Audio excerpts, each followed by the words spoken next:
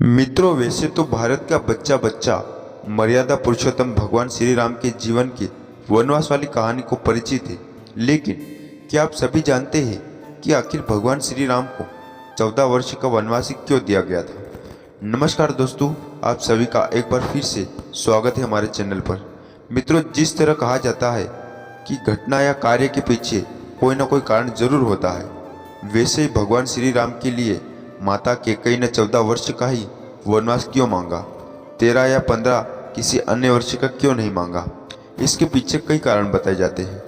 एक प्रचलित कथा के अनुसार यह माना जाता है कि बचपन में एक बार भगवान श्री राम माता कैकेयी के साथ खेल रहे थे।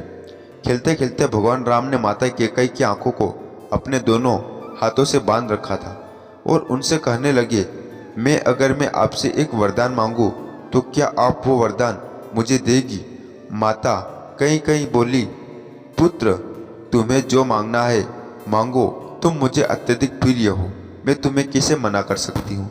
भगवान श्री राम ने कहा, ऐसा नहीं, मैं पहले आप मुझे वचन दीजिए कि आप मना नहीं करेंगे। माता कैकेयी ने हाथ में सर हिलाते हुए कहा, जो भी मांगना है बेहिचक मांग लो, मैं जरूर दूंगी।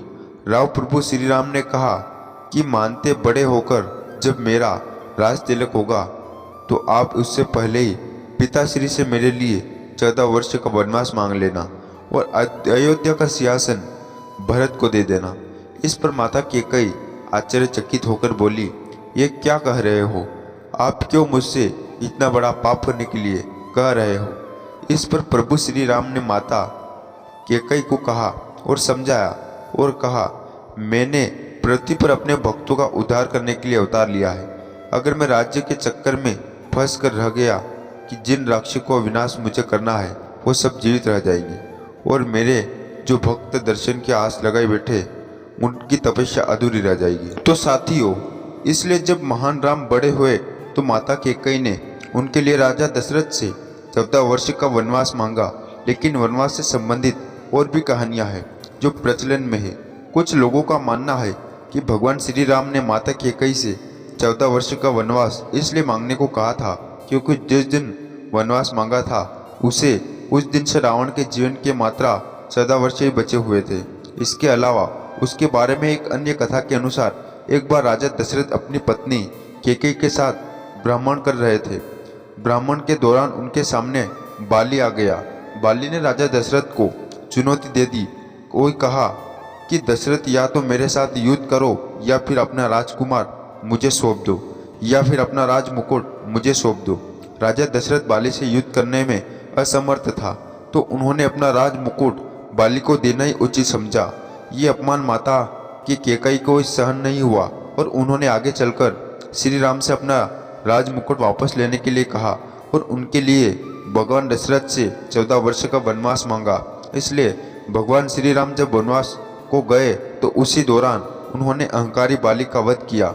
हालांकि कुछ लोगों का यह भी मानना है कि श्री विष्णु के अवतार भगवान श्री राम के हाथों रावण का वध हो सके, इसलिए देवताओं ने पद यात्रा किया और माता कैकेयी की मंत्र नामक दासी के माध्यम से कैकेयी की माटी भ्रष्ट कर दी। मंत्र ने माता कैकेयी को उनके पुत्र भरत को राजपाट दिलाने और श्री राम के 14 वर्ष का वनवास मांगने के लिए प्रोत्साहित किया। इसलिए कई यह सब करती हुई देखी जाती है।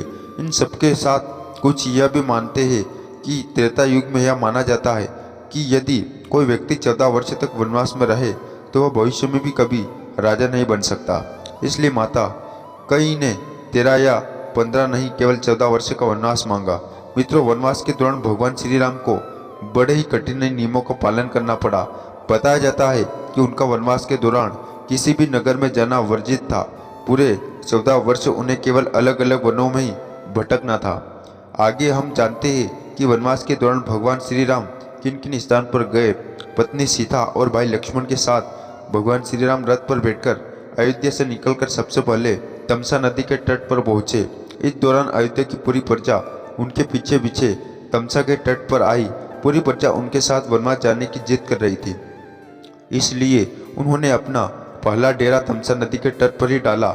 रात्रि के दौरान जब सारी प्रजा सो रही थी तो वे माता सीता और लक्ष्मण के साथ सूर्य उदय से पहले सबको बिना जगाए वहां से निकल गए।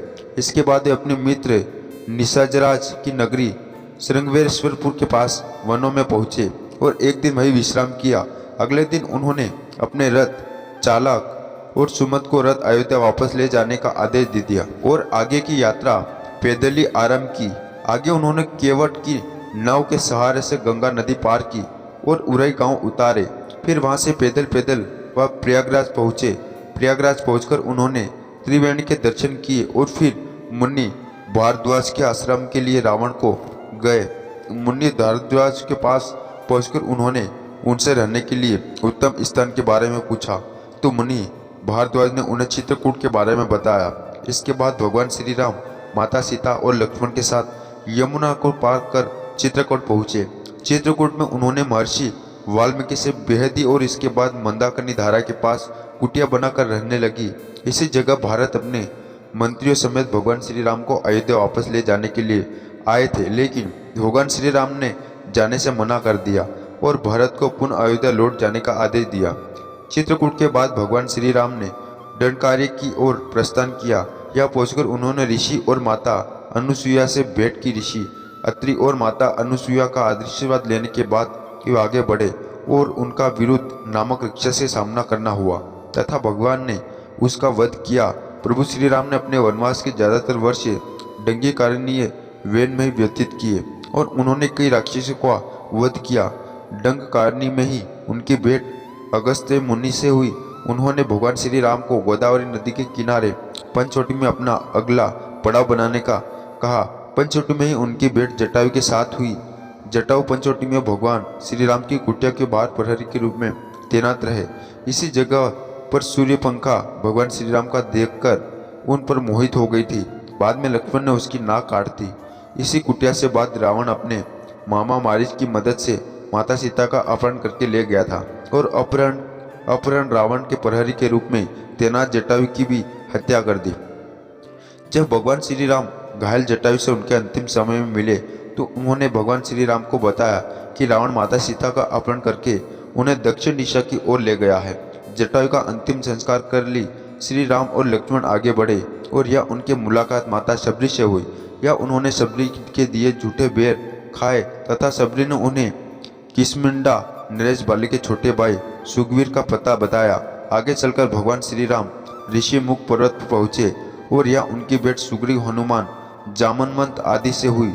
सुग्रीव से उनकी मित्रता हुई। बदले में सुग्रीव ने यह भी वादा किया वे भगवान राम की माता सीता को खोज में मदद करेंगे।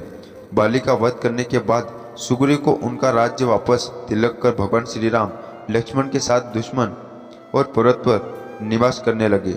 यह 4 महीने तक, क्योंकि वर्षा ऋतु प्रारंभ हो चुकी है और समुद्र एवं नदी अपने उपवन पर थी। वर्षा ऋतु के बाद माता सीता की खोज शुरू हुई और समुद्र पार कर हनुमान जी ने उनका पता लगा लिया। वर्तमान में वह लंका नगरी में है। श्री राम को यह सूचना मिलते ही वह पूरी वानर से लेकर रामेश्वरम पहुंच गए। दरअसल यहाँ पर भगवान राम ने शिवलिंग की स्थापना की और कहा कि ये राम के ईश्वर है, इसलिए इस जगह का नाम बाद में रामेश्वरम पड़ गया।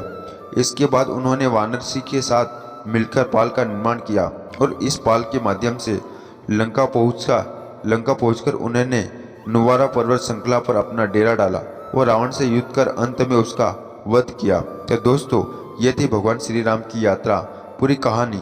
आशा करता हूँ आपको वीडियो पसंद आई होगी।